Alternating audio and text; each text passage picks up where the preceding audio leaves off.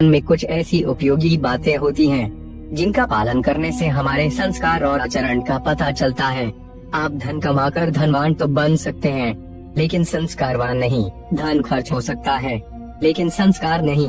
अगर आपके पास धन है और संस्कार नहीं, तो वे धन भी बेकार है। जीवन में हमें सदैव संस्कारवान और दया भाव की प्रवृत्ति रखनी चाहिए, क्योंकि इंसान किसी भी रास्ते पर चलकर धन तो कमा सकता है, लेकिन संस्कारवान बनने के लिए अपने आप को ही बदलना पड़ता है। इसलिए हमें जीवन में संस्कारवान और बुद्धिमान बनने का प्रयत्न अवश्य करना चाहिए। मौन रखना एक अद्भुत योग है। महात्मा गांधी जी ने कहा था कि मौन में मानसिक शक्ति को जगाने की अत्यधिक क्षमता होती है। बोलना एक कला है और मौन उससे भी ऊंची कला है।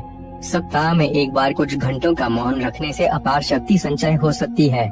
यह एक योग्य क्रिया होने के कारण मानसिक एकाग्रता प्रदान करता है। मौन वास्तव में तनाव मुक्त जीवन जीने की कला का एकमात्र उपाय है और स्वस्थ रहने के लिए एक विश्वसनीय आवश्यक प्रक्रिया है। हमारे प्राचीन ऋषि महर्षि जो मौन के ही सहारे ध्यान की अवस्था में लीन रहकर ईश्वरीय शक्तियों से साक्षात्कार करते थे। मौन को व्रत की संज्ञा दी गई है और वास्तव में यह एक व्रत ही है जो अन्य व्रतों की भांति फलदायक है।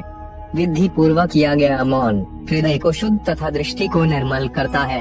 चरक संहिता में वर्णन है, ईर्ष्या, राग, द्वेष, क्रोध, मोह आदि का त्याग करने के साथ भोजन करते समय हमें सदैव मौन रहना चाहिए। अधिक बोलने से हमारी उदान वायु निर्बल होती है और जिससे मन, शरीर भी धीरे धीरे दुर्बल पड़ने लगते हैं। मौन द्वारा भावनाओं पर भी नियंत्रण रखा जा सकता है। भावनाओं का संबंध आत्मा, हृदय, मस्तिष्क, पाचन क्रिया, जन अंगों तथा तंत्रिका तंत्र से होती है।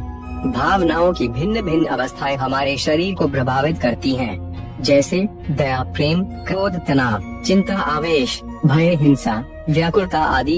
इनके बार बार प्रकट होने से मनोविकार उत्पन्न हो जाते हैं, जो स्वास्थ्य पर को प्रभाव डालते हैं।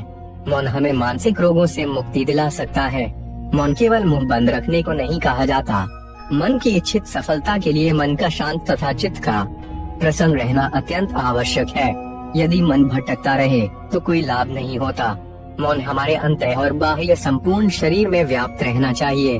मौन रहना एक साधना है और सोच समझकर बोलना एक कला। किंतु एक बात सदैव स्मरण रखें कि स्थिति के अनुसार जहाँ बोलने की आवश्यकता हो वहाँ अवश्य बोलें, अन्यथा हानि के सिवाय कुछ प्राप्त नहीं हो सकता।